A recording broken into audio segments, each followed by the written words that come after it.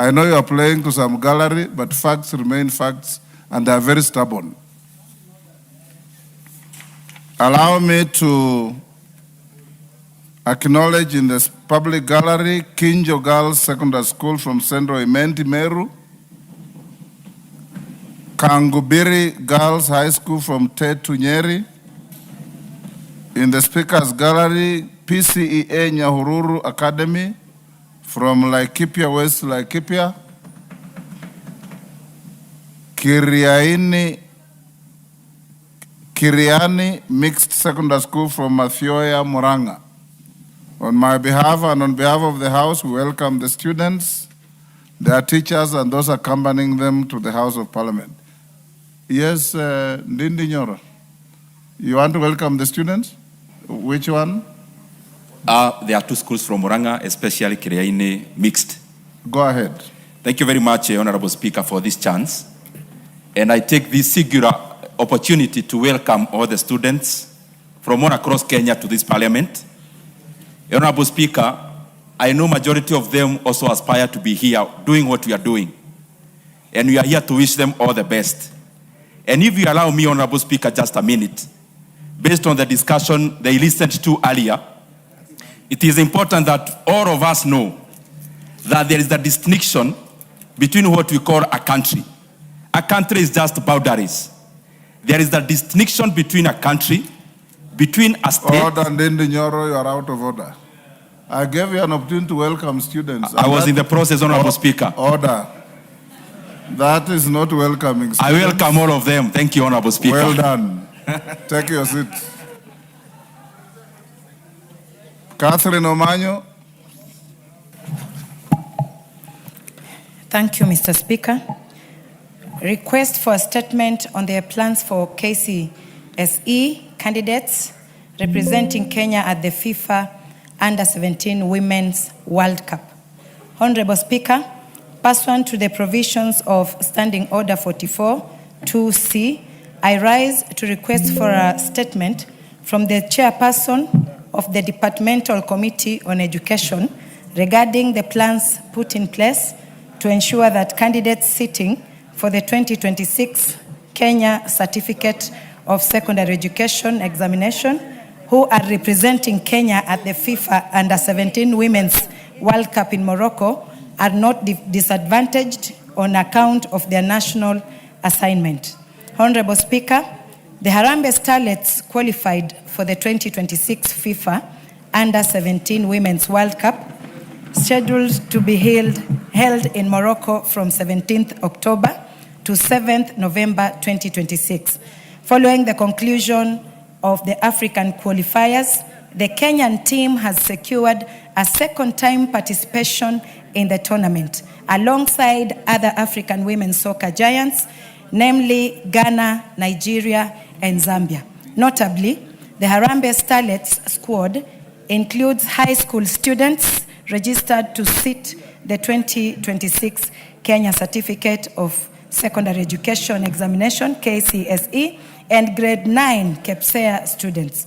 Honorable Speaker, according to the timetable published by the Kenya National Examination Council, NEC, the 2026 KCSE examination are scheduled to run from 19th October to 20th November 2026, a period that falls within the duration of the tournament. This raises concerns that the talented candidates called up to represent the country at the FIFA Under-17 Women's World Cup in Morocco may miss papers scheduled to be undertaken while they are away on national duty. In the absence of clear alternative arrangements and safeguards to enable them sit the papers that fall within the tournament period, they risk recording incomplete results, which will adversely affect their transition to further studies. Honorable Speaker, it is against this background that I request for a statement from the chairperson of the Departmental Committee on Education on the following. 1, the number of candidates called up to the Kenya Harambee Starlets squad who are registered to sit the 2026 KCSE and the school at which they are registered. 2, the arrangements put in place by the Ministry of Education and the Kenya National Examinations Council to ensure that the affected candidates sit any papers scheduled during the period they are away on a national duty in Morocco, including whether NEC will designate alternative seating arrangements for the affected candidates, and the security and supervision measures that will apply to such arrangements. And finally, the safeguards in place to ensure that the affected candidates are not disadvantaged in their overall examination performance or transition to tertiary education as a result of their national assignment. I thank you, Honorable Speaker. Thank you, Catherine. Yes, you want to joyride? Yes, Irene Mayaka. Thank you, Honorable Speaker, for the opportunity to joyride on this. Honorable Speaker, let me thank our SG, Honorable Omanyo, for bringing this issue up, but also just to add on to it, because for the under-17 teams, our Ministry of Education, in conjunction with Sports Ministry, needs to find a formula in a way that these students can be able to go to school in schools that are around and have partnerships with schools that are around Nairobi. Because, Honorable Speaker, besides going for the under-17 tournament in October, they are also assigned to participate in various other tournaments, whether in country or within East Africa, throughout the country. And we have students who come from Bunyore Girls, who come from Busia, from Siaya, all over the country, and they have to keep traveling back and forth. So if our education and sports ministries can find a way to collaborate and have them in Nairobi, that would be very efficient for them. I just wanted Both to add you on and that. Catherine Omanyo know that when children are caught up in such circumstances, there's a provision in law for them to sit special exams. So all what you need to do is, as I refer the statement to the Committee on Education, engage your colleague Meli to speak with the ministry and the exam council to set, they are representing the country, right? So they are not willfully absent from school or from exam centers. They can be given special exams, which is permissible in law. Bukose inform Chair Meli to bring a response in 2 weeks, and also the Chair of National Cohesion. Although that National Cohesion statement, I would have directed it to Tongoyo. Tongoyo, the issues raised by Roida Obo are more issues of security and breach of the law than cohesion. So I'll refer that statement to your committee, and you bring us a response in 2 weeks. Mohammed Tubi. Mohammed Tubi, member for Isiolo South. This is the honorable member's maiden speech in the House, so he shall read the statement without any murmurings and any interruption. Go ahead. There is a... Thank you, Mr. Speaker. Request for a statement on a fatal elephant attack on a resident of Garbatula sub-county in Isiolo South constituency. Honorable Speaker, pursuant to the provision of Standing Order 44-2C, I rise to request a statement from the chairperson of Departmental Committee on Tourism and Wildlife regarding a fatal elephant attack on a resident of Garbatula sub-county, Isiolo South constituency. Honorable Speaker, on 27th July 2026, Mr. Wako Tache Godana, a 60-year-old herder, was viciously attacked by an elephant while grazing his livestock at El Guda area along the Kina Kulamawe Road in Kina North, Garbatula sub-county, Isiolo South constituency. The elephant gored him on the left side of his chest, killing him instantly. The deceased was the sole breadwinner of his young family. Officers from Kina Police Station and officials from the KWS visited the scene, processed it, moved the body to Nyambene mortuary for preservation and post-mortem. This tragedy is not isolated since Garbatula Sub-County continues to record recurrent elephant incursions along wildlife corridors bordering the Meru National Park. Honorable Speaker, Section 25(3) of the Wildlife Conservation and Management Act, Cap 376, prescribes compensation of shillings 5 million for death resulting from wildlife attack upon submission of a claim. Further, Regulation 27 of the Wildlife Conservation and Management Regulations 2017 provides a maximum of 60 days within which a verified claim for compensation ought to be paid. The family of Mr. Wako Tache Godana lodged a compensation claim pursuant to the stated provisions, but are concerned by the inordinate delay likely to be experienced, given that some claims known to them, some dating back to 2014, are still waiting settlement despite the applicable statutory timelines. Honorable Speaker, it is against this background that I request a statement from the chairperson of the Departmental Committee on Tourism and Wildlife on the following. 1.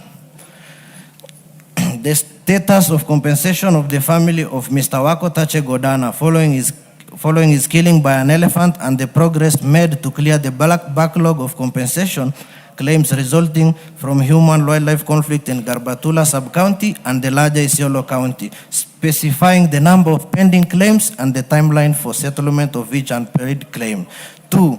Measures put in place to ensure compliance within the 60-day statutory timeline for disbursing approved compensation under the Wildlife Conservation and Management Act 2025, given that the deceased family has lost its sole breadwinner. And 3, the steps being taken by the Ministry of Tourism and Wildlife through KWS to mitigate recurrent elephant attacks along the Kina-Kulamawe Road and other wildlife corridors in Garbatula Sub-County, including deployment of rangers, erection of deterrent barriers, and early warning system. Thank you, Mr. Speaker. Yes, Mandazi, you want to joyride on that? Yeah, thank you so much, Honorable Speaker. While I congratulate the Honorable Member from Isiolo, having raised the same issue on compensation, equally, Honorable Speaker, 1 year ago, there was one boy from a school called Nogirwet who was killed by a crocodile while he was trying to wash his clothes along the river. The family was promised immediate compensation, but nothing has been done so far. So, Honorable Speaker, as the committee responds to that, I would like to request that we be allowed, those of us who may be having challenges to do with compensation, that we appear as friends with the committee so that we can raise individual issues concerning our community. Thank you so much, Honorable Speaker. Yes, Emade. Thank you, Honorable Speaker. I want to thank Honorable Tubi Mohammed for raising that issue. Honorable Speaker, in Turkana Central, due to the rising waters of Lake Turkana, crocodiles attack and killings is at an alarming rate, Honorable Speaker. And compensation is not also forthcoming. And Honorable Speaker, this is something that needs to be urgently addressed. The youth are the ones who are being attacked each and every time. Number 2, there is a village in one of my wards called Ngimure that has just been that has resulted to dispersal of people. People have gone to resettle elsewhere just because of crocodile attacks. But, Honorable Speaker, compensation is one of the biggest issues. Even as this menace continues, compensation takes long to be processed and even to be paid, Honorable Speaker. And I don't know if KWS is aware of this, because Lake Turkana as at now is a danger zone in most of these areas. Thank you, Honorable Speaker.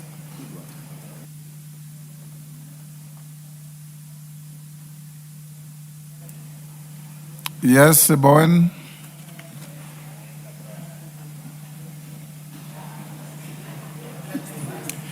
Honorable Speaker, allow me to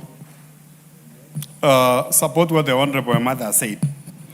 Mr. Speaker, in my constituency, Marakwet East, especially the Kerio Valley, we have hundreds of elephants, Honorable Speaker. Last week alone, Honorable Speaker, the elephants destroyed close to 50 acres of mangoes.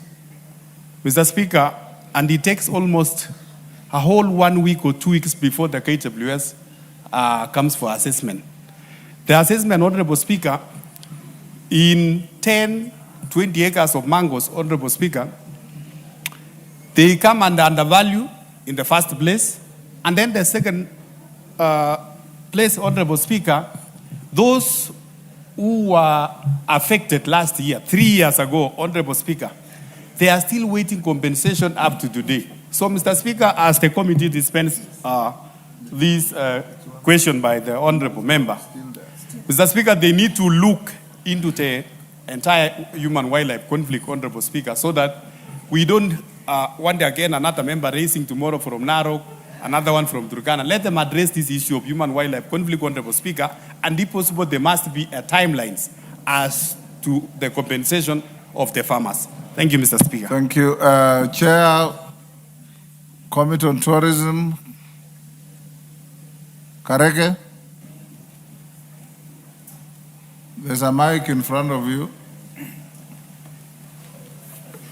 Thank you, Mr. Speaker. Mr. Speaker, allow me first and foremost to appreciate the statements which have been sought and also the issues which have been raised by the honorable members, and indeed acknowledge that we have a very big challenge within the sector, Mr. Speaker. Mr. Speaker, due to quite a number of issues which have been raised, I would humbly request that we will have a special sitting within the next 2 weeks, whereby we are going to invite the Cabinet Secretary, the Director General of KWS, and the other players within the sector, so that they can be able to respond comprehensively to all the issues which are being brought forth by the honorable members. You are going to circulate the invite to all the members who have any concern on matters to do with wildlife, so that you can be able to... When did you say you'll sit? Within the next 2 weeks. We are going to have a meeting whereby you are going to invite all the members who have raised issues on the floor of the House. That notwithstanding, you bring a response to the House in 2 weeks. Thank you, Mr. Speaker. Badi Twalib.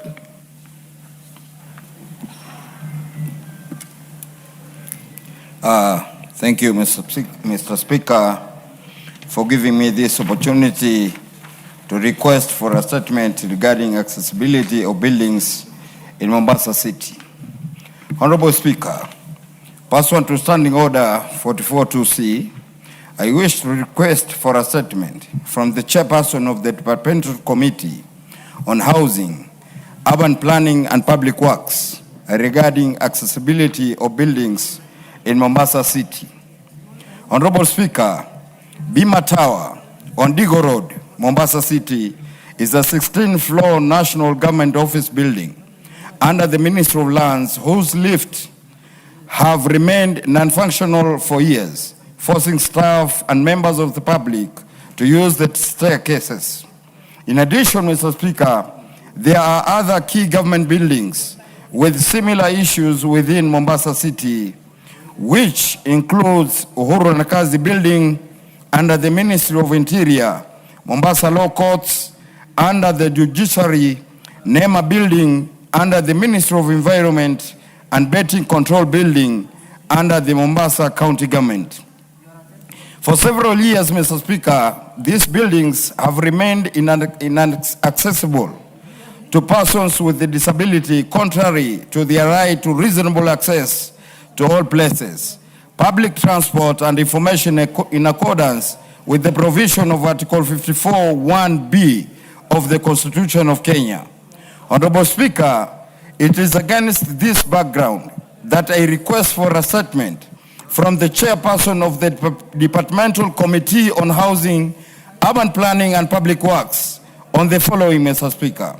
1, report on any arrangements being made to provide functional lifts at Bima Tower, Uhuru Nakazi, Mombasa Law Courts, Nema Building, and Betting Control Building in Mombasa City, including the indication on the timelines for installation and commissioning of the said lifts.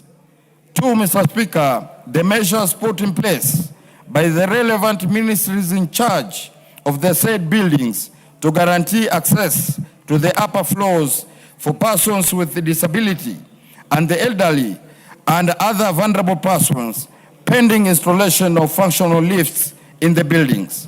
And lastly, Mr. Speaker, steps taken by the government to ensure private and government buildings adequately provide accessibility for persons with a disability in accordance with the provisions of Article 54, 1B of the Constitution. I thank you, Mr. Speaker. Thank you so much. Thank you, Batwalib. Yes, Mama Zamzam. Asante sana Mheshimiwa Spika, na mimi niweze kumpongeza ndugu yangu Mheshimiwa Badi Twalib kwa kuleta masala haya ndani ya bunge. Mheshimiwa Spika, miaka ya nyuma kama mitatu, Mheshimiwa Spika, niliweza kufuatwa na walemavu, watu wanaoishi na ulemavu ndani ya Mombasa County, Mheshimiwa Spika, na wale watu ambao wanafuatilia haki za kibinadamu wakilalamika juu ya Bima Towers, Uhuru na Kazi building, Mombasa Law Courts, yani hizo zote ambazo amesema, isipokuwa Mombasa County Assembly ambao pia nimpongeze Mheshimiwa Spika wa Mombasa County Assembly, aliweza kutengeza na kufuata yale maagizo ambao walemavu waliweza kumwagiza. Mheshimiwa Spika, Mombasa County ukiangalia Bima Tower ndo ambao inatoa birth certificate, iko na ofisi nyingi za serikali ambazo wananchi wanaweza kufuata huduma pale. Lakini Mheshimiwa Spika, miaka nenda miaka rudi, kila wakati tunasikia wameweka budget, lakini hakuna kitu ambacho kinafanyika. Walemavu wamepata mtihani sana, kutoka chini kupanda juu, unapata mtu amebebwa Mheshimiwa Spika na wenzake amebebwa juu. Na Mheshimiwa Spika, ni aibu kwa wakati kama huu ambapo tuko katika karne ya 21, wakati ambapo pia buildings unapata majumba makubwa sana tena ya serikali hayana lift, wala lift zile ambazo zina lift pia zile lift hazifanyi kazi Mheshimiwa Spika. Kwa hiyo huduma kwa wananchi inakuwa ngumu sana, na niweze pia kusema nisisitize wale wanaohusika na ujenzi huu Mheshimiwa Spika, waweze kufanya haraka, wawekea hawa ndugu zetu wanaoishi na ulemavu lift, waweke mpaka zile passage yao ambao wanapita zile njia zao, waweke hata pia ni vizuri pia wakiweka wheelchair pale, manake wengine wanakuja na magongo pia, mtu anashindwa pia kupita pale, wao wanaweza kusaidiwa. Asante sana Mheshimiwa Spika. Chair Housing. The Chair Housing. Tuwape Honorable Tanui. Bukose, continue holding brief. 2 weeks, he brings a response. Honorable members, in the Speaker's Gallery, we have St. Peter's Sangalo Central from Mosop, Nandi. Hekima School from Kisumu Central, Kisumu. In the public gallery, we have Uhuru Estate Primary from Embakasi West, Nairobi.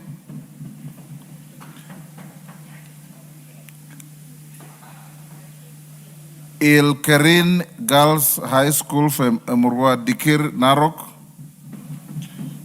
Chuna Preparatory School from Kajiado East, Kajiado. Immaculate Heart Juniorate from Ainabkoi Uasin Gishu. Itaaga Secondary School from Maragua, Muranga.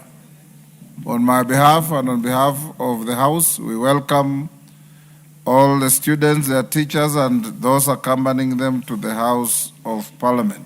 Member for Emurwa Digir. Give him the mic. You want to welcome a school from your constituency? Yes, thank you, Mr. Speaker. Go ahead, and on behalf of everybody else, welcome all the students. Thank you very much, Mr. Speaker, sir, for giving me this opportunity to welcome all the students who have joined this parliament today. I want to recognize the presence of girls from Emurwa Digir, from Ilgerin in Emurwa Digir sub-county. Ilgerin Girls is a girls' school in a remote village in Emurwa Digir, and they performed very well during last year's exams. I wish them well, and as they grow up as women of substance who will transform this country the way Dr. William Samuel Ruto has transformed the country of Kenya. Ahmed Hassan, member for Banisa. Give him the mic.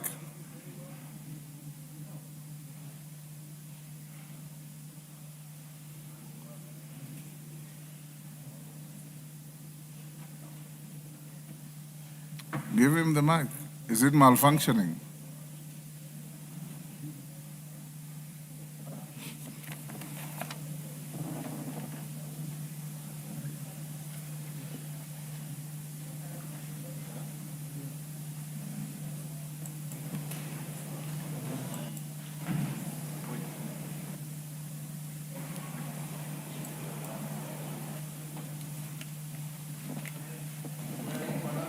There is a mic there. Thank you, Honorable Speaker. On a light note, the people of Banisa know how to wait. Clerk, can you ask the audio people to look at these gadgets? Even the speaker's gadget is malfunctioning. Go ahead.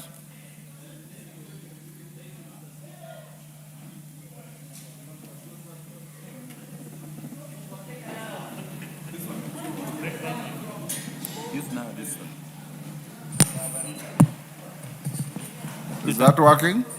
I think this was working, yeah. Okay. Thank you, Mr. Speaker. As the Member of Parliament for Banisa, just like the people of Banisa, I have learned how to wait. So 2 minutes, not an issue. Thank you, Mr. Speaker, for allowing me to make a statement. I want to make a statement to request for us. Are you making a statement or requesting for a statement? No, I want to make a statement. I'm requesting for a statement regarding cases of human trafficking in the country. Let's have the Hansard right. You are not making a statement, Honorable Member. You are requesting for a statement. Okay. I'm requesting for a statement regarding cases of human trafficking in the country.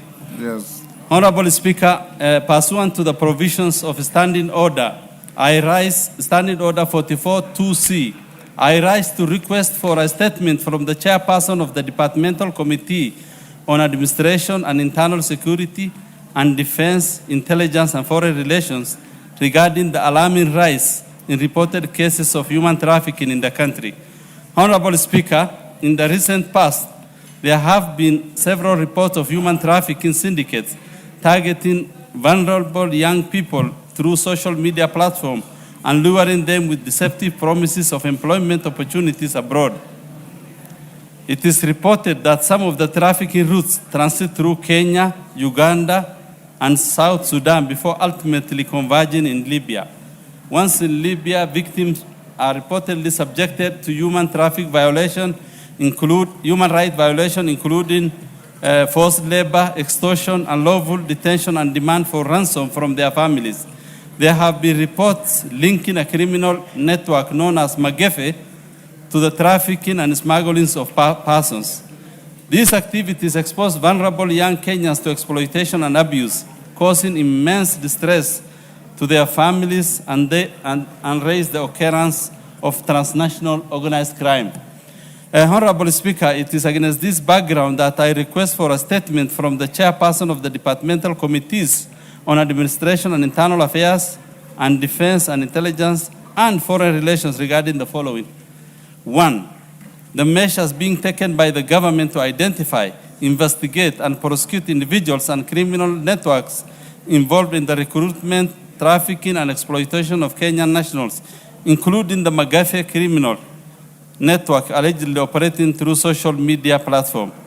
Number 2, the measures being taken by the government through its diplomatic mission to trace, rescue, and facilitate the safe repatriation of Kenyan victims of human trafficking, including those believed to be held in the state of Libya.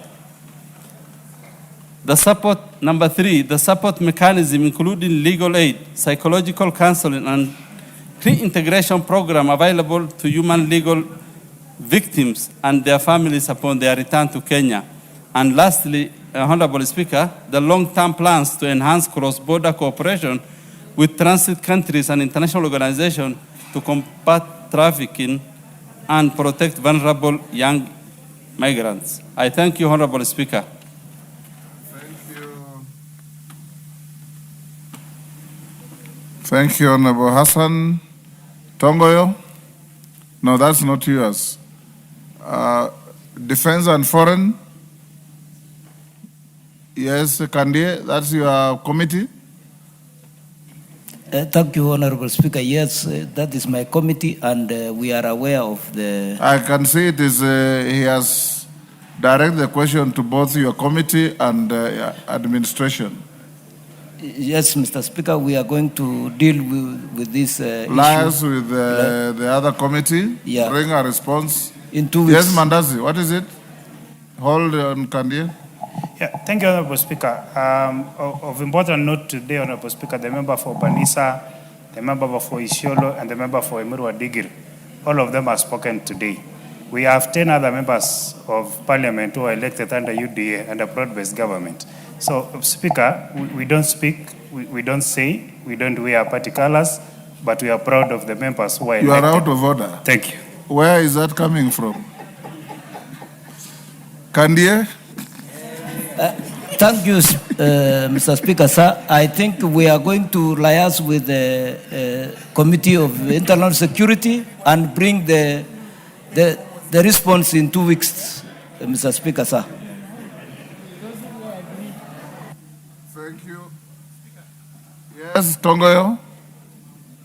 I don't know, Speaker. I need Is your human guidance. trafficking a foreign relations issue or a criminal issue? Yeah, it's a cross-cutting, but considering that it's more cross-border, I think it should be more appropriate to be handled by Foreign Affairs because it will look awkward. I don't know how we can do unless it's a ad hoc. Excellent. So- We'll leave it to Foreign Affairs Yes. to bring a response. Yes, Millie?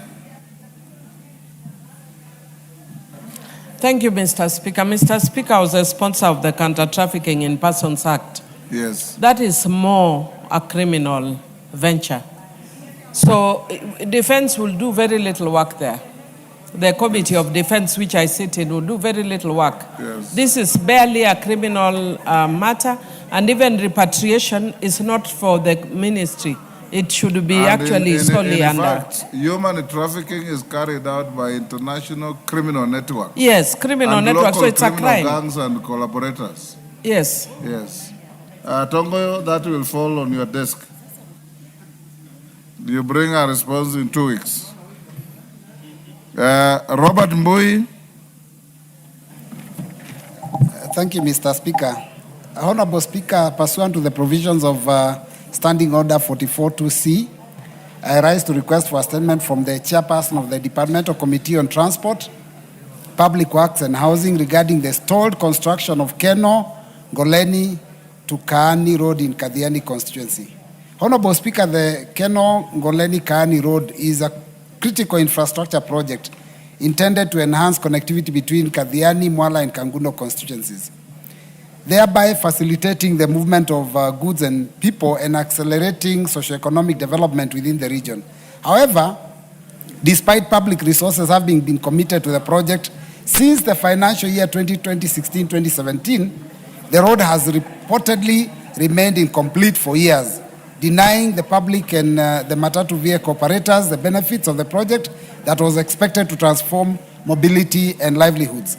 Honorable Speaker, the continued delay has caused serious frustrations among area residents and local transport operators who have reportedly staged protests, blocked sections of the road, lit bonfires, and all sorts of actions demanding urgent action to address its poor state. Concerns have also been raised regarding the suspended works, leading to portions of the road deteriorating before completion. This also casts doubt on the effectiveness of the Kenya Rural Roads Authority in supervising the contractor and enforcing contractual obligations on the said road project.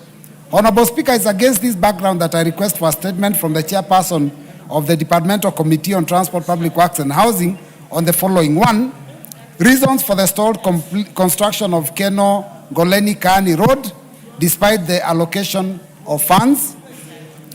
2, details of the funds allocated for construction of Keno Goleni Kaani Road, including the disbursed funds and corresponding works undertaken. 3, timelines for completion of the named road. And 4, measures being taken to address the failure by KERA to execute the construction of the works. Mr. Speaker, it's good to note, for the chairman to note, that this project was actually launched by His Excellency the President almost 10 years ago. and that it needs to be completed now before he can hand over power in 2027. Mr. Speaker, I thank you for the opportunity. Robert Mbui, you know, when I give you an opportunity to seek a statement, you read exactly. And when I approved your statement, I didn't say anything about handing over power. Or Chair Transport. Chair Transport. Chair Transport. Thank you, Honorable Speaker. When can you bring a response? In 2 weeks, Honorable 2 Speaker. weeks. Yes. Joshua Kandie. Thank you, Honorable Speaker. Pursuant to provisions of Standing Order 44.2c, I wish to request for a statement from the chairperson of the Departmental Committee on Transport and Infrastructure regarding the quality and standard framework for public-private partnership road infrastructure projects in the country. Honorable Speaker, the public-private partnership framework has over the years been embraced by the government, which has resulted in the implementation of high-quality infrastructure projects, especially in the energy sector and road sector, while easing pressure on public debt. A notable example of such project is the Nairobi Expressway, which has enhanced the movement of people and goods across Nairobi City County. More recently, the government commenced the construction of Rironi-Mau Summit Road under public-private arrangement. However, there is concern regarding the quality and maintenance of roads constructed under PPP arrangements. In several instances, the roads have exhibited premature deterioration, including the development of potholes, pavement failures, and poor drainage system. The Nairobi Expressway, widely regarded as a flagship public-private partnership project, has been experiencing drainage challenges, raising concerns on whether similar design and engineering issues are being adequately addressed in ongoing projects under similar arrangements. Honorable Speaker, it is against this background that I request statement from the chairperson of the Departmental Committee on Transport and Infrastructure on the following. 1. Details of the policy and legal framework governing implementation and oversight of public-private partnership infrastructure projects, particularly compliance with industry standards and maintenance requirements. Second, report on all road projects implemented under public-private partnership arrangement in Kenya, indicating their respective contractual obligations, project status, and the agencies responsible for monitoring compliance with quality and maintenance standards. And 3, the measures put in place by the government to ensure that there is compliance with the prescribed engineering specifications, maintenance obligations, and service level requirements. Thank you, Honorable Speaker. Kandie. Transport, Chair, when can you bring a response? In 2 weeks, Honorable Speaker. 2 weeks. 2 to 3. Yes, thank you. Jane Kihara. Jane Kihara, member for Naivasha. Mama Jane, there's one next to you. There's one now on the opposite. Thank you, Mr. Speaker. Request for a statement regarding the upgrading of Kinongi-Maraigushu Road to bitumen standards. Honorable Speaker, pursuant to the provisions of Standing Order 44.2c, I wish to request for a statement from the chairperson of the Departmental Committee on Transport and Infrastructure regarding the upgrading of Kinongi-Maraigushu Road to bitumen standards. Honorable Speaker, the Kinongi-Maraigushu Road is an 8-kilometer road in Naivasha constituency that has not, for the past several years, been earmarked for upgrading to bitumen standards. Construction works commenced on 15 November 2022, but to date, only 2 kilometers of the road have been completed, with the remaining section yet to be upgraded. The prolonged delay caused considerable inconvenience to residents, farmers, traders, and other road users who continue to suffer the effects of its poor and deteriorating condition.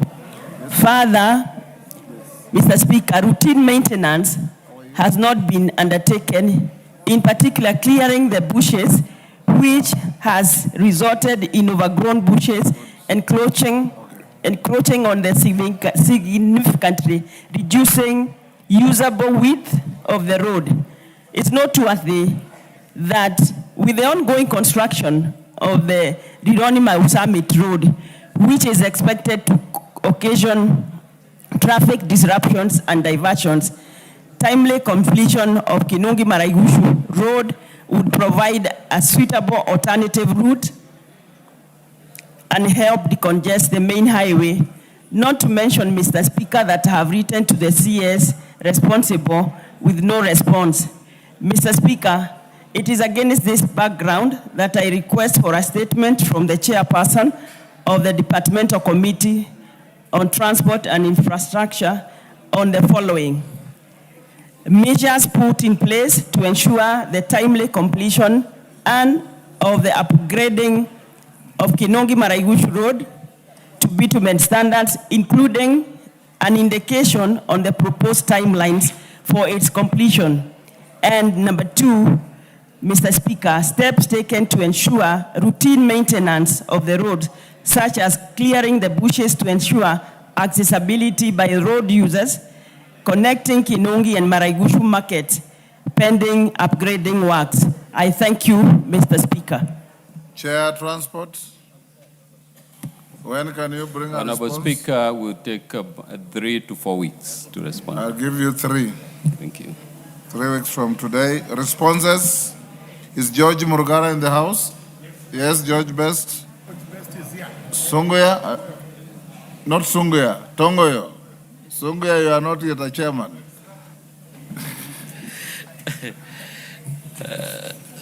Gabriel Tongoyo. Yes, sir. Honorable Speaker, I've got 2 statements for Sir George Murugara.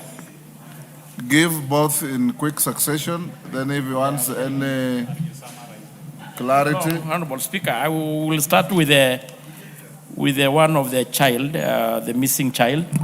You remember yesterday we did report the instances of missing children in the country. Yes. And this is one, the child name is Miss Shelley Gatumi Mugedi. And it was the circumstance surrounding the missing and the death. I want to respond as follows.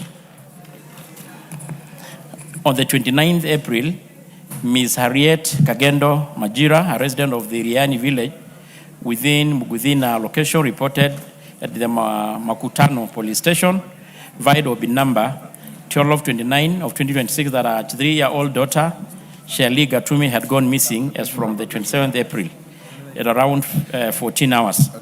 She stated that the child was playing outside the house while she kept watch from the house. Shortly thereafter, she noticed that her daughter was no longer within the site and could not be traced.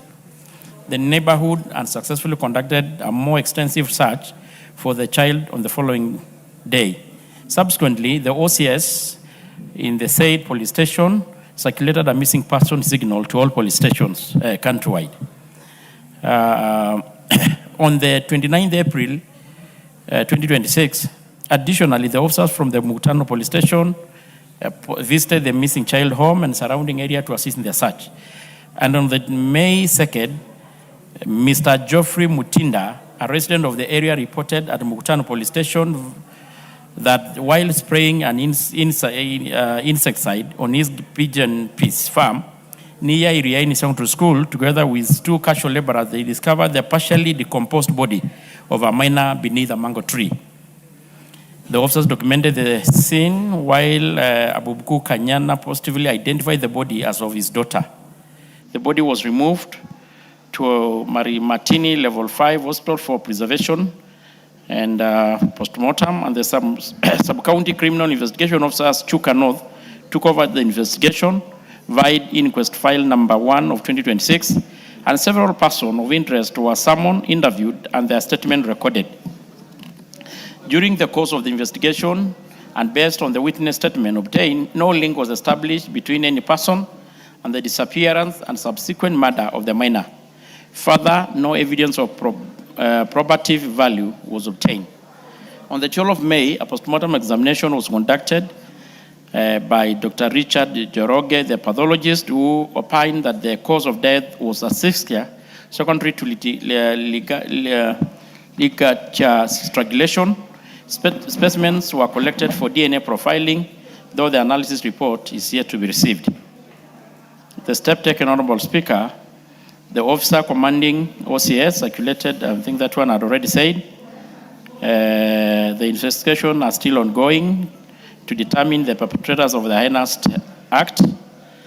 And on the status of the investigation, the investigation file was completed and forwarded to the office of the DPP, Chuka, on the 18th June 2026.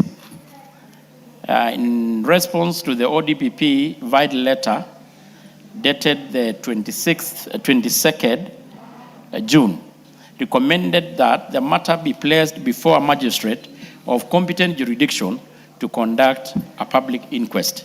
And I underline that, Honorable Speaker. So far, no arrest has been made in relation to the matter, and the case remains a pending court investigation. So maybe on that one, I can stop at that. Go to the next. About arrest and the release of a suspect. On the next question, statement rather, this is regarding circumstances that led to the arrest and the subsequent release of a suspect by the DCI. The member, or this is, I want to go straight to the response. Mm-hmm. On the 7th January, the complaint was lodged at the DCI headquarters by Eric Matakwa Okeno, who stated that he is the legal administrator of the estate of his late sister, Rosemary Ann Akinyi Okeno, which included land parcel number CR number 51563, situated in Kikambala, Kilifi County. He alleged that the property has been unlawfully occupied by James Ovid Sugar Yap, a British national, and his agent, Faruki Omar Mzee, and that the property's title deed has been fraudulently transferred using a forged document. He further stated that he had previously reported the matter at Mupwata police station, but alleged that no action has been taken on the complaint. Pursuant to the complaint, the DCI directed the Land Fraud Investigation Unit at DCI headquarters to take over the matter and conducted further investigation, of which during the investigation, the team recorded statements from relevant parties, including one James Ovid, who is being outside the country, submitted a self-recorded statement together with a supporting document through a relative residing in the country, one Mr. Faruki Omar, who claimed an interest in the property by virtue of a general power of attorney granted to him by James Ovid Yap. In addition, the investigation team obtained relevant documents from the Mombasa Land Registry and other institutions to facilitate the investigation. On the analysis, Honorable Speaker, the document revealed inconsistency in the land records, including discrepancies between the mother file deed and the presentation book entries, as well as an erroneous OB number quoted in a police abstract relating to the loss of the original title deed. The record further indicated that James Ovid, a non-Kenyan citizen, held an interest in the property under a freehold tenure, which is contrary to Article 65, subsection 1 of the Constitution of Kenya. Upon conclusion of the investigation, the duplicate file was forwarded to the DPP for perusal and direction, which recommended that James Shukar, Farouk Omar, and George Oduol and Lucy Momanyi to be charged as follows. Count 1, James Shukuriap, Farouk Omar, George Oduol and Lucy Mumanyi to be jointly charged with conspiracy to defraud contrary to section 317 of the Penal Code. Count 2, James Ovid Sharap, Farouk Omar, and George Oduol to be jointly charged with forgery of title to land contrary to section 351 of the Penal Code. Count 3, James Ovid Sharap, alias Alva, to be jointly charged with a perjury contrary to section 113 of the Penal Code, with an alternative charge of fabricating evidence contrary to section 114 of the Penal Code. And the count 5, James Shukuria and Farouk Omar to be jointly charged with intermeddling with the property of the deceased persons contrary to section 45 of the Law of Succession Act. After perusal of the duplicate file, the ODPP on a letter dated 9th February directed the Farouk Omar Muse be charged with the following offenses: intermeddling with the property of the deceased, obtaining registry of the title by false pretense, and acting on the ODPP direction, Farouk Omar was arrested on the 2nd April this year in the Hadi area and booked at Hadi Police Station, Vido bin number 11224 of 2026. He was thereafter escorted to DCI headquarters for processing, Vido bin number 1224 of 2026, and subsequently placed in a custody at Muthaiga Police Station, or bin number 2824 of 2026. However, the suspect stated that crucial evidence, and I think this is where the controversy from my colleague is, the crucial evidence relevant to the matter had not been considered during the investigation and requested a review of the case. In the interest of fair administration action, he was released via bin number 2924 of 2026 and directed to present the additional evidence for consideration. The new evidence, namely the Court of Appeal judgment, was subsequently reviewed, following which the duplicate file was resubmitted to ODPP for further review of the decision to charge via the letter as indicated there, which was dated on the 11th June this year. The review was informed by the existence of the related civil proceeding before the High Court of Kenya at Mombasa, civil suit number 2 of 2014, in which James Ovid Sugar Yap was the plaintiff, while Eric Okeno, Judith Sembi Okeno.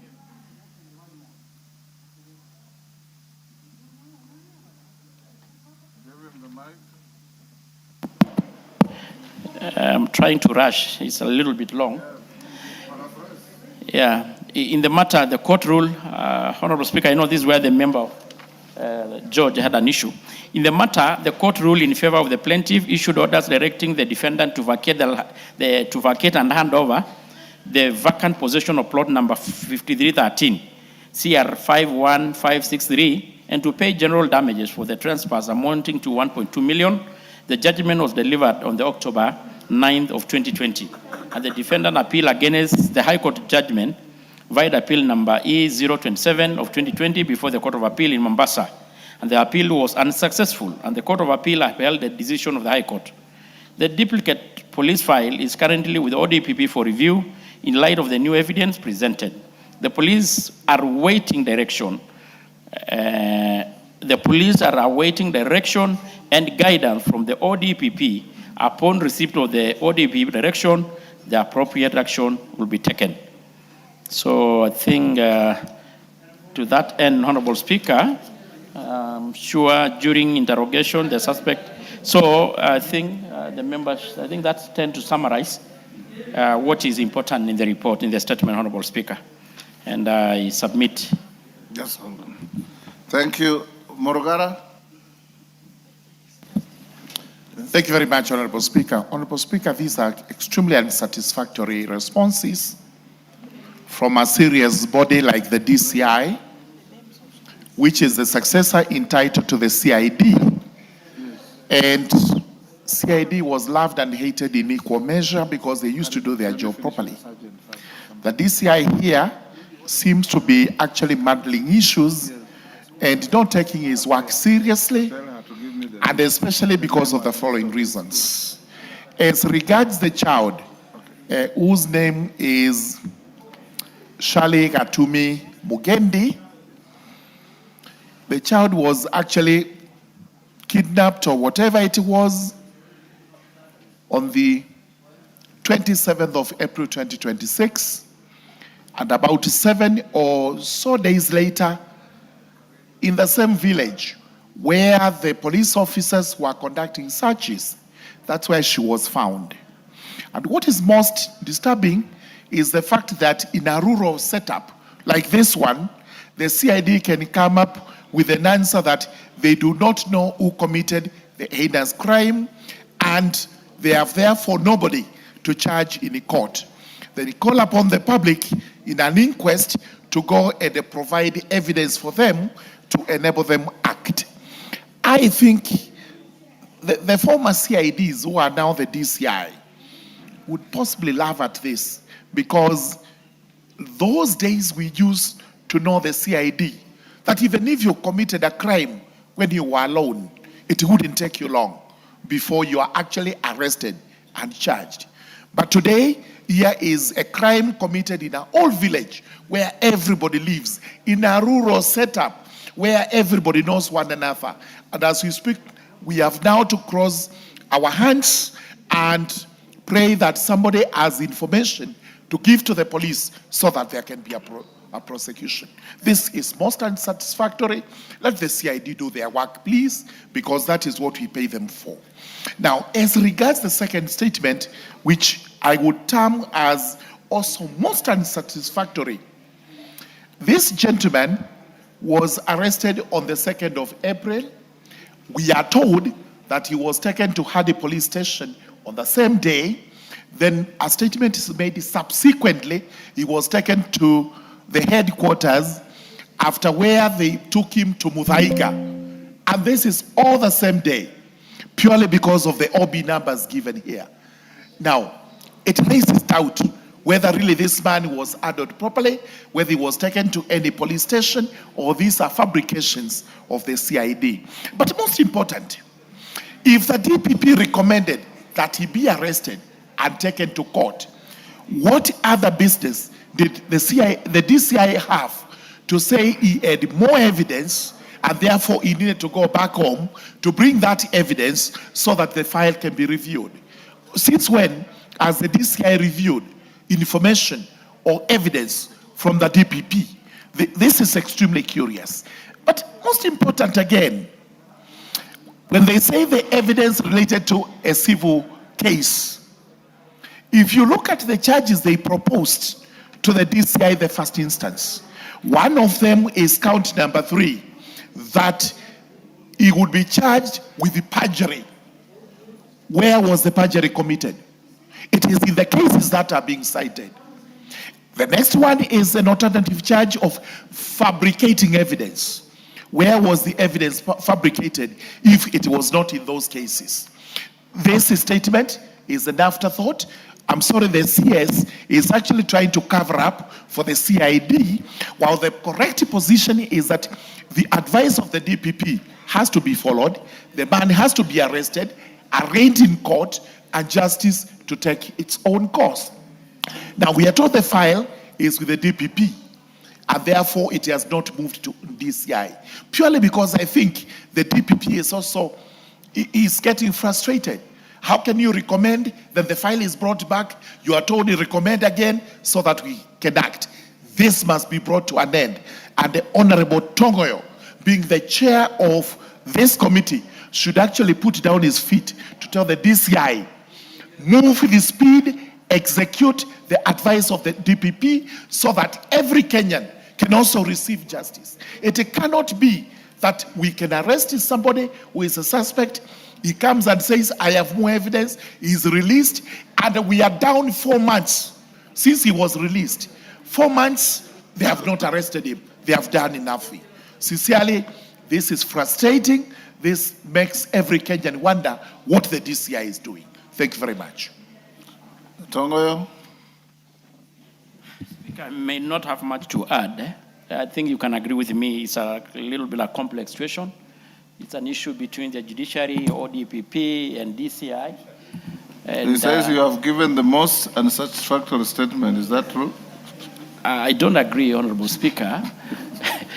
That's what I'm trying to say. A complex situation like this of land You know, even land in Kenya can drag at even like 20, 30-ish, you know. We have one in Narogor Kiombo, which is doing about 36 years now. So, and Good. What we do, keep the file open. yes. If you get additional information, furnish the MP. I will. Yes. George Best, we leave it there. Junet, you, from the House Business Committee, you have the Thursday statement. Yes, Mr. Speaker. Honorable Speaker, pursuant to the provisions of Standing Order 442A, I rise to present the following statement on behalf of the House Business Committee, which met on Tuesday, 28th July 2026, to prioritize business for consideration during the week and the business coming before the House in the next week. Honorable Speaker, I wish to formally welcome members back from the just concluded short recess and urge them we all embark on the consideration of the upcoming priority business with rigor. As we approach the end of the 5th session, I urge members to remain committed to plenary and committee proceedings in order to enable the House to maintain optimal performance in its consideration of business. Honorable Speaker, with regard to business schedule for Tuesday next week, the House is expected to consider the following bills at various stages, some of which are listed in today's order paper. Second reading of the following bills. 1, the Business Laws Amendment Bill, Senate Bill number 51 of 2024, the Competition Amendment Bill 2026, the Books and Newspapers Amendment Bill 2025, the County Library Services Bill, Senate Bill number 40 of 2024, the County Assembly Services Amendment Bill, Senate Bill number 34 of 2024, and the Creative Economy Support Bill, Senate Bill number 30 of 2024. B, Committee of the Whole House on the County Government's Additional Allocations Bill, Senate Bill number 8 of 2026. Additionally, Honorable Speaker, debate will be undertaken on the following motions should they not be concluded today. 1, report of the Kenya delegation to the 151 Assembly of the Interparliamentary Union, IPU, and related meetings. Second, report on the status of reports on petitions and resolutions. 3, report on the audited financial statements of selected state corporations in the road and transport sector. 4, report on the audited financial statements of selected state corporations in the energy sector. 5, third, report on the status of reports on petitions and resolutions. 6, seventh, report on the audited financial statements for various funds. 7, ninth, report on the audited financial statements for various state corporations. 9, fifth, report on the status of reports on petitions and resolutions. And 10, report on sessional paper number 5 of 2026 on the national energy policy. Honorable Speaker, the House will also prioritize the motion and committee of the whole House on the consideration of Senate amendments to the Kenya National Council for Population and Development Bill 2023. The Departmental Committee on Finance and National Planning, to which the amendments were referred for considerations, is therefore urged to table its report to the House to guide the considerations of the Senate amendments. Honorable Speaker, with respect to the appearance of Cabinet Secretaries to answer questions from members and provide reports on matters under their charge, I wish to inform the House that question time will be resumed at an appropriate time to be notified. In conclusion, the House Business Committee shall reconvene on Tuesday, 4th August 2026 to schedule business for the rest of that week. And I wish to lay this statement on the table of the House. Thank you, Honorable Speaker. Thank you, Honorable Junet. That is the end of statement time. Honorable members, on the order paper have been requested by the Chair of Budget and Appropriations Committee, and I've acceded to his request that I reorganize the order paper so that we bring forward order number 10. Then once we dispose of order number 10, we'll go on to order number 8, 9, and sequentially follow the rest of the orders. Yes, Jared? Honorable Speaker, thank you for the opportunity. Honorable Speaker, I want to state as follows. that leaders are by nature judged at higher standards than any other ordinary mortal, Honorable Speaker. Honorable Speaker, about 2-3 weeks ago, a leader in this country did assert that the British Army Training Unit of Kenya had decamped this country for Tanzania, Honorable Speaker, without facts, Honorable Speaker. So, Honorable Speaker, only for 5 days ago, for Batu commanders to come out to say that they have since resumed trainings within this country, Honorable Speaker. Honorable Speaker, it is also important to note that moving military trainees together with the artilleries that they have is not a mean achievement. It's not an easy exercise that can be done within a short period of time, Honorable Speaker. We are privileged in this House, Honorable Speaker, that you have been our Minister for Foreign Affairs, and no one understands better the diplomatic processes involved. Even when the Batuk had to decamp, there are legal and diplomatic means that must be put in place before such a movement is done, Honorable Speaker. So, Honorable Speaker, we've been...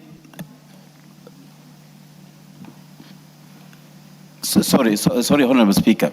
So what the leaders are saying, and these are from the United Opposition, Honorable Speaker, as sensational as they are, is to instill fear into people and judge Kenya as a failed state, Honorable Speaker. Far from it, Honorable Speaker, there are many United Nations organizations that are moving into this country and are setting their bases here, amidst the noises that are coming from our political detractors, Honorable Speaker.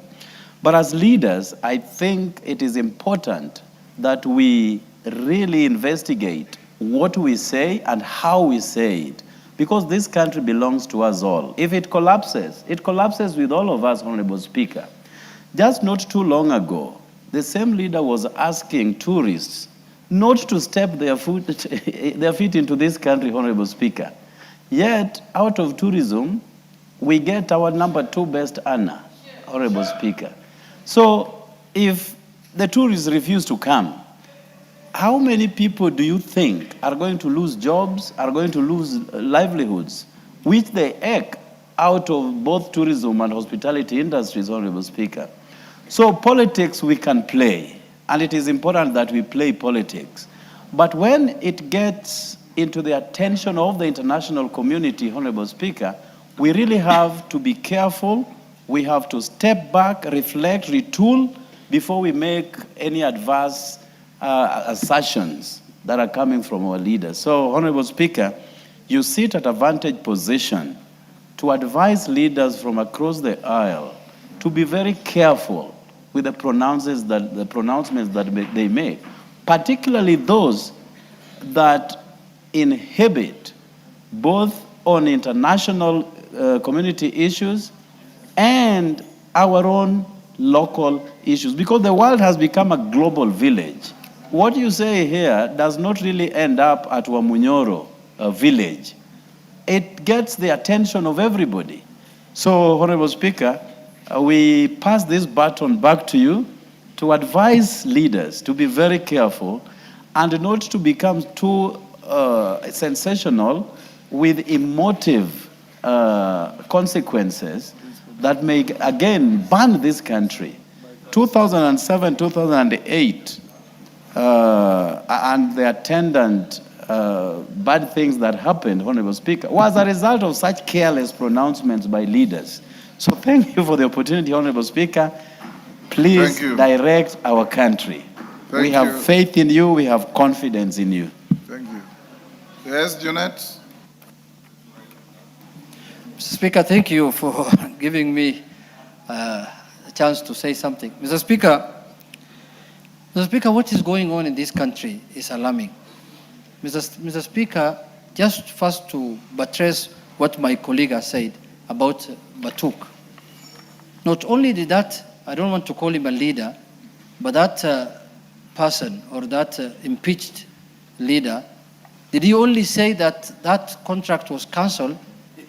He said there was a demand of 3 billion shillings by people in government to be allowed to do their work in Nyanyuki or in Kenya.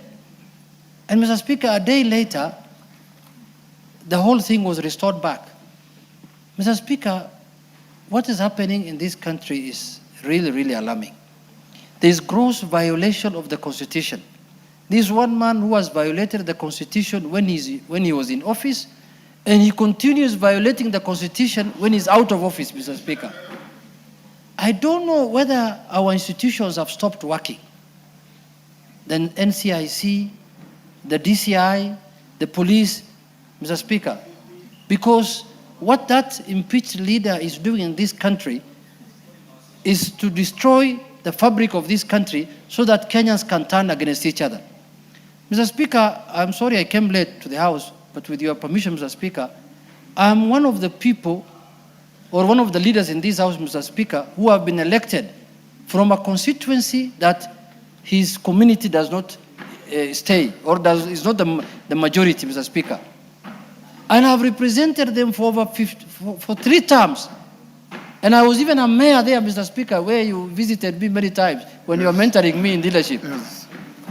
Mr. Speaker, those people did not look at my tribe, did not look at my religion, did not look at my color, they did not look at my face or how my nose looks like. They looked at my capacity to serve them, Mr. Speaker, that community who stay in that area, the Luo community. Mr. Speaker, what is happening in this country? Now, the impeached leader goes to Meru and says, have you missed somebody from here that you can elect an Indian? He goes to Kisii. He says, have you missed someone, then you are electing another Indian here or Chotara? Mr. Speaker, when have we gone that low in this country, Mr. Speaker? When have we, himself, he's claiming that, or he's pleading that his impeachment should be withdrawn by the courts so that he can run for a higher office. He claims that he wants to become a president or a deputy. Who will elect him? If he doesn't want an Indian to be elected in Meru, why should we elect him as our leader? A rogue person like him, Mr. Speaker? A mental case. This is a man with is a psychopath, Mr. Speaker. Mr. Speaker, I want to urge, and I'm speaking with a lot of humility, that, Mr. Speaker, if our institutions that are mandated to uphold and defend the Constitution do not take any action against this rogue leader, Mr. Speaker, don't be shocked if Kenya starts, having problems with each other, Mr. Speaker. Look at, Mr. Speaker, what's happening in other parts. The other day, there's a fugitive group that ran away from ODM. They wanted to go and campaign for some candidate in that by-election in Olkalau, Mr. Speaker. He told them, no, you cannot go there. I'm not going to allow you to go to Olkalau. Is Olkalau not Kenya? Is Olkalau not part of this country? Are Kenyans not allowed to go to anywhere, Mr. Speaker? So, Mr. Speaker, this is the house that addresses matters of concern to the people. And that is why we are here. That's why we earn salary. And that is our work, to defend and uphold the Constitution. Mr. Speaker, if the institutions of the country do not want to take any action against that guy, then the committee of this House must summon him. Because the House also have powers to summon anybody in this country, Mr. Speaker, especially people who have violated people who want to destroy the country, Mr. Speaker. So there are committees that I am going to file a motion if I am going to give time to the institutions to do their work. If they don't do, I will file a motion in the House to summon this guy before this House and tell Kenyans why he wants to destroy their country. Thank you, Mr. Speaker. We'll stop there. Call out order number 10. Order number 10, the County Government Additional Allocations Bill, Senate Bill number 8 of 2026, second reading. Chair, Budget and Appropriations Committee. Thank you very much, the Honorable Speaker, for accepting my request to be granted the early opportunity to be able to move this bill. Honorable Speaker, I beg to move that the House adopts the report of the Budget and Appropriations Committee on its consideration of the County Government's Additional Allocations Bill 2026, Senate Bills number 8 of 2026, laid on the table of the House yesterday, Wednesday, 29th July 2026, and pursuant to Articles 191 and 2022 of the Constitution. Honorable Speaker, this bill was prepared by the National Treasury and submitted with the budget policy statement under Section 191 of the PFM Act. It was published on 16th March 2026, passed by the Senate with amendments on 17th June 2026, and read for the first time in the National Assembly on 30th June 2026 before it was referred to this committee. Honorable Speaker, I want to take this opportunity to give you make highlights of the bill. And Honorable Speaker, the bill is divided into 3 schedules. The first schedule contains 148.3 million, which is allocated for court fines, and also 1.83 billion, which is 20% of mineral royalties. Honorable Speaker, the second schedule allocates the following: 16.46 billion from the national government share of revenue and 53.82 billion from the loans and grants by development partners, which is in the third schedule. Honorable Speaker, if you allow me, I'll be able to just make further clarifications on the components of the bill as follows. 1, Honorable Speaker, 148.26 million, which is allocated for 29 counties, led by Nairobi, which will take the lion's share of 72.87 million, Machakos County, 19.17 million, Mombasa County, 14.23 million, and Uasin Gishu County, 13.9 million. Honorable Speaker, these are fines that are related to offenses that touch on the counties. So, Honorable Speaker, at the end of the year, these court fines are shared with the counties that the offenses occurred. Honorable Speaker, the second one is 1.83 billion, which is mineral royalties.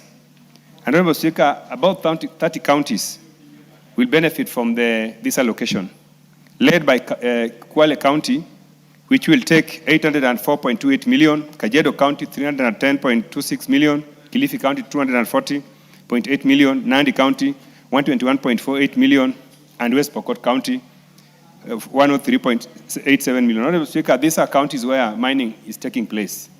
And Honorable Speaker, you can see that Kwale is leading. It is important to note, Honorable Speaker, that minerals are found in almost all counties. Even in Siaya, where I come from, there are minerals. So if county governments could work closely with the national government to ensure that these minerals are properly, resourced and mined, then we could see this allocation really going up. Our counties are going to receive more resources. Honorable Speaker, the third one is 3.23 billion, which is monthly stipends to 107,831 community health promoters across 47 counties. Honorable Speaker, you are aware that there's a program where CHPs are paid by national government as well as county governments. Honorable Speaker, here, this money, each CHP will get 5,000 shillings from this bill across all the counties. The fourth one, Honorable Speaker, is 525 million for county headquarters. Honorable Speaker, there are about 5 counties where the national government is assisting them to build their county headquarters. These counties include Isiolo, which has been allocated 158.8 million, Lamu 71.6 million, Tana River 95.3 million, Tharaka Nithi 30.5 million, Nyandarua 166.8 million. Honorable Speaker, the fifth one is 3.25 billion, which has been allocated to 13 counties, which include Bomet, Elgeyo Marakwet, Isiolo, Kisumu, Lamu, Makueni, Mandera, Nairobi, Samburu, Taita Taveta, Tharaka Nithi, Turkana, and West Pokot, for county aggregation and industrial parks, KIPES, with each county receiving 250 shillings million. Honorable Speaker, it is worth noting that 16 counties, namely Bungoma, Busia, Embu, Garissa, Homa Bay, Kisii, Kirinyaga, Kwale, Machakos, Meru, Nakuru, Migori, Uasin Gishu, Kiambu, Trans Nzoia, and Kakamega are counties that have already completed their KIPES, and they are only awaiting operationalization. Honorable Speaker, number 6 8.61 billion, which has been allocated for transition of UHC workers into permanent and pensionable terms. Honorable Speaker, this is something which would interest members of this House, that there's been a campaign by the UHC workers across the country that they be confirmed into permanent and pensionable employment. Honorable Speaker, I want to report that this bill contains the resources that are supposed to be used for that purpose. Additionally, there's 366.6 million, which is money which is supposed to be used to supervise the affordable housing programs across the country. Each county is supposed to receive 7.8 million so that the teams that are on the ground that are supposed to check the progress of this program can utilize those resources for the same. Honorable Speaker, we have 480.7 million, which is for settlement of Meru County's habitual award. Honorable Speaker, Meru County was received a court award. And from this court award, Meru County paid some portion, and the national government committed to also assist them in paying this award. So we have this allocation here in the bill. The other one is 53.8 billion to multiple donor-funded programs, which include KISIP 2, FLOCA, NAV, CBD, KUSIP, ETC. So these are basically donor funding, which is should be implemented in the counties. Honorable Speaker, I want to make a few observations from the committee. One, Honorable Speaker, the county governments continue to benefit from conditional allocations financed through process of loans and grants from development partners. For example, in the financial year 2026-2027, the bill proposes conditional allocations amounting to 53.82 billion, comprising financing from various development partners for implementing projects across 47 counties. However, the committee is concerned that the disbursement and utilization of these funds has consistently been delayed due to some county governments' failure to comply with the conditions required for the transfer of the resources. Consequently, this has undermined timely project implementation, slowed service delivery, and reduced the absorption of externally financed resources. Honorable Speaker, let me observe that there are some counties that are letting us down, where some governors are not focused on serving their people. Donors, the national government engages donors, and these donors commit resources to be spent in those counties, and programs identified. But where the counties must meet certain conditions, their governors are not there to do the same. And therefore, this is the reason why, Honorable Speaker, we have observed that there's frequent delays in absorption of these critical funds, which are supposed to help in supporting our people across the counties. Two, Honorable Speaker, conditions underpinning the access to development partners funds require counties to transfer money received from the national government to the special purpose account. However, some counties are diverting funds from their respective special purpose accounts to cover other expenditures. These actions violate the terms of the intergovernmental participation agreements. Honorable Speaker, this is also another case. And this is something which is not isolated to donor funding alone. Even in some counties, Honorable Speaker, you realize that contractors who have already finished their work and are applying and have met all the conditions to be paid, when those contractors' names are used to access funds from Nairobi, the funds are not wired to their accounts. The funds are instead given to other politically correct expenditures. Honorable Speaker, this is something which this House must ensure that governors are put to task, and we have also told senators to do their best in terms of properly oversighting governors in respect to these funds. Honorable Speaker, the other observation we've made is that the bill proposes an allocation of 3.25 billion to 13 counties for the construction of county aggregation and industrial parks. However, during the consideration of and approval of the financial year 2026-2027 budget estimates, the National Assembly redirected these funds towards equipping and operationalization of the completed but non-operational agro-processing industries in 16 counties that had previously benefited from the program. Honorable Speaker, as I mentioned, about 16 counties have already completed construction of the KIPES, but they have not been operationalized. Therefore, the people who are supposed to benefit from this program have not been able to do so. Therefore, it's in the wisdom of Parliament that these funds here, earmarked here, be directed to equipping and operationalizing of those 16 KIPES. 7, Honorable Speaker, the bill allocates 480.7 million to Meru County to settle an arbitral award. I spoke about it, Honorable Speaker, but the only issue here, Honorable Speaker, is that when we went through the estimates, we realized that we did not allocate these resources. Even though the Senate had included them in this bill, we did not have them in our estimates. And therefore, Mr. Speaker, this is an observation we wanted to put across. Therefore, we are proposing that this allocation lacks requisite budgetary provision. We are going to make recommendation, and Honorable Speaker will speak about it as well. Honorable Speaker, number 8, the bill proposes allocation of 850 million from the World Bank for the Water and Sanitation Development Program. However, the committee established that the entire allocation for the program has already been transferred to the beneficiary counties, and that the project is scheduled to close in October 2026. Consequently, no further allocation should be made to the program in this financial year. Number 9, Honorable Speaker, the committee noted that the request by the State Department for Housing and Urban Development to restructure the allocation of the county of the Kenya Urban Support Project, urban institutional grant, by separating it into loan revenue of 684.7 million to be allocated to 45 county governments and grant revenue of 260 million to be allocated to Garissa and Turkana counties. Honorable Speaker, the proposed restructuring is intended to align the financing of the project with the respective funding resources, reflecting the loan refinanced and grant finance components of the program. Honorable Speaker, this is very clear that we are separating the loan component and the grant component, and that the grant component will only be spent by Garissa and Turkana counties. The rest of the loan will be spent in the remaining 45 counties. Honorable Speaker, let me go through the recommendations by the committee. Honorable Speaker, having deliberated on the provisions of the bill and reviewed them against the approved budget estimates for financial year 2026-2027, the committee recommends the bill to be approved with the following amendments.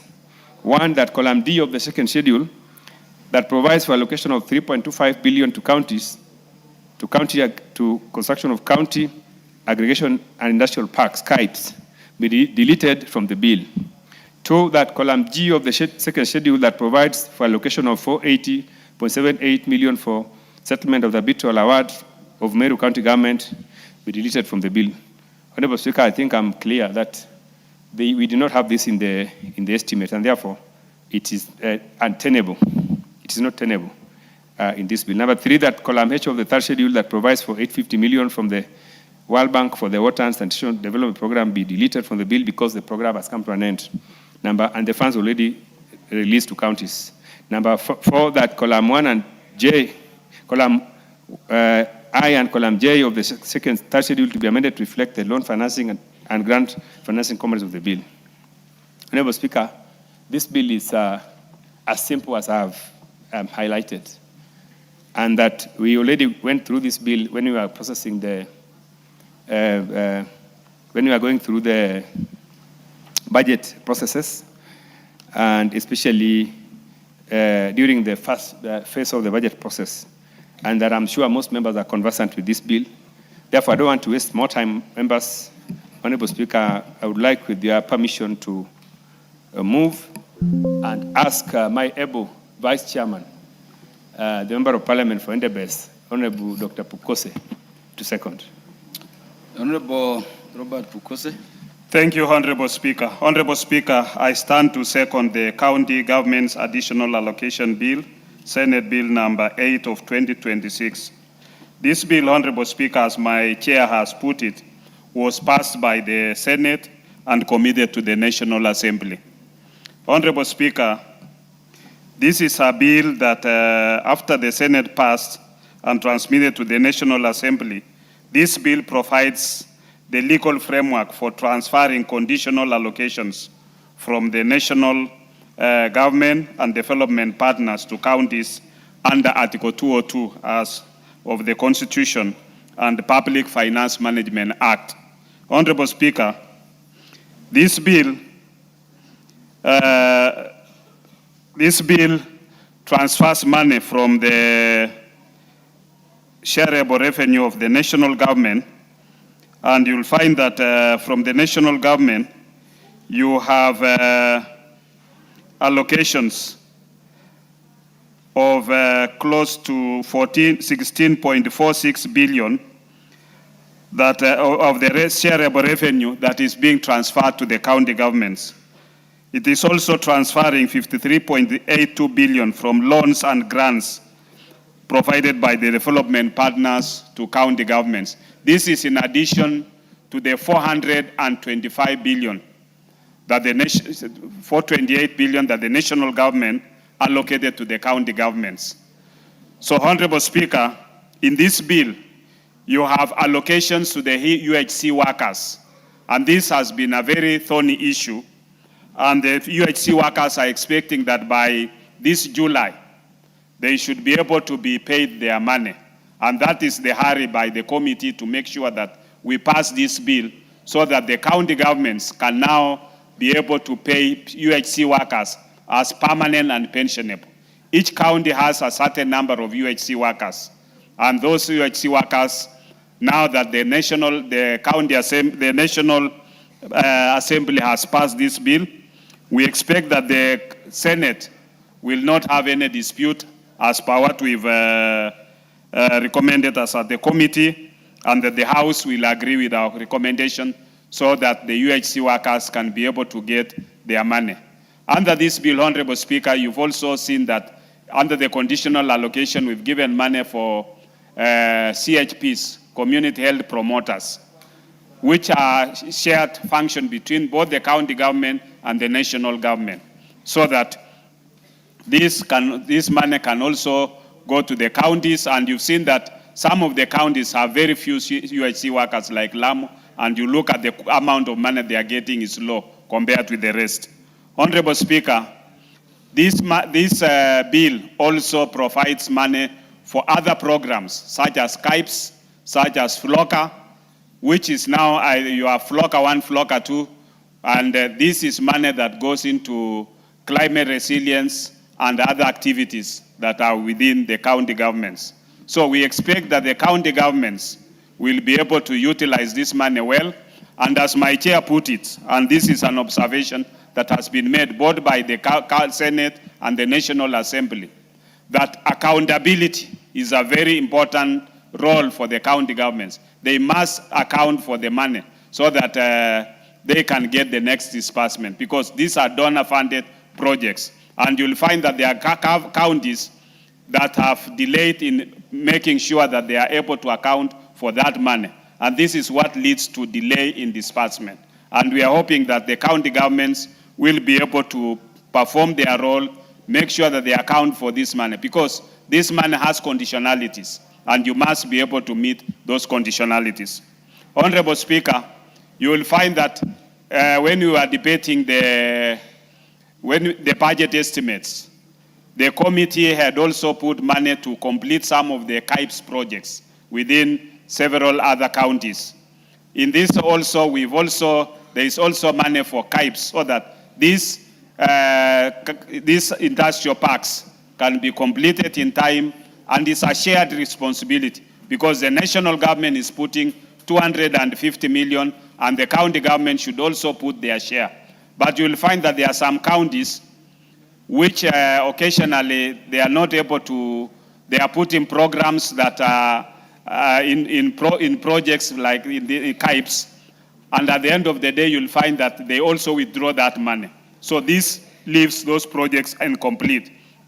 So we're asking the governors that they must be able to put their part of their share into this, because it's a 50-50 sharing, and the national government has now put their conditional grant so that counties can also put their 250 million to complete those KIPES in time, to allow the citizens of those counties to be able to engage in meaningful development within these KIPES. With those few remarks, Honorable Speaker, I second. Honorable members, I now propose the question. Order. Yes. Honorable members, I propose the question that the County Government's Additional Allocations Bill, Senate Bill number 8 of 2026, be now read a second time. The Honorable Dr. James Ombora Nyikal, MP for Seme. Thank you, Mr. Speaker. I rise to support this bill. Mr. Speaker, just have a few comments to make. One, this is an extremely important means of ensuring that we actually give counties more resources that they need, and further, that it actually gives resources as needed and how they are to be applied. And so grants, loans, profits from minings that probably come after we have done other division, the DORA, will actually be done through this. And further still, some of these funds, like the proceeds from minerals, even the grant, may not fit in the CARA, the County Allocation of Revenue Act, which normally has a fixed formula. And so if you have funds that need to go for specific activities in specific counties, then it does not accommodate them. And again, it is important that if you have things that are conditional, that the money should go for, then it should go in this, and it is easy then to monitor that. It also takes into consideration the unconditional components, which is justified, because, for example, if minerals accrue and then they go to the counties should have the right to use those resources as and when they want. And for example, the court fines, when the court fines also accrue from cases that occur in those counties, so them being unconditional is acceptable. So, Speaker, I'll just make a few comments in the health sector. One is the health, community health promoters. This is something we continue to do, and the payments are done both by the county governments and the national government. And so you have a double payment system. In the best situation, we would have actually had to do this as a single payment system with one paying. But as we know, that has not worked well. And I think we must look forward as the counties that if monies go, they should be used for what they are meant to be done, to be used. And so that in future, we may need to have the health promoters put the money in the budget and they use it all from the counties. The next one is the UHC health workers. Mr. Speaker, this is extremely important. This is actually the second year we are actually putting money for this purpose.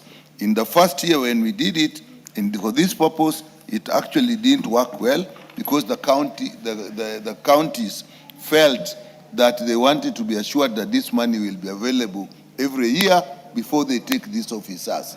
And even now, Mr. Speaker, as we are discussing this, there is already an argument going on that the counties are insisting that they can only use this, take up these people in permanent employment if the money is assured every year, and therefore they want it in DORA. But if you do that with DORA, then the formula that they will use in CARA after they have got DORA will not be such that you take into account the specific numbers of health workers that are in various counties. So I feel concerned that we are passing this bill. It's something we have worked. The county has raised the money is there. The workers are actually already in the counties are working.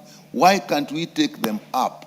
I think this country, we must find a way there where institutions do not disobey law. Because in my view, this is an act of parliament when we pass it. And anybody disobeying it is actually disobeying the law. There should be sanctions. So I would be very uncomfortable if once again, this 8.6 billion does not solve the problem of UHC workers. I will appeal to the counties that this is the second time. What is the fear that this money will not be given a third time? Unless, of course, Mr. Speaker, we put it in DORA, then we'll have to revise the formula in DORA and put flexibilities that will mean that each county will then use that specific formula, which then divides it according to the workers that are in that county. And the dispute is coming because there is fear amongst the workers that if this money goes through DORA, then it will open up that the governors can use it to just employ other people and not apply it to the people that it's specifically meant for. So, Mr. Speaker, I support this bill, but I once again make an appeal to our governors that this time, let us use this money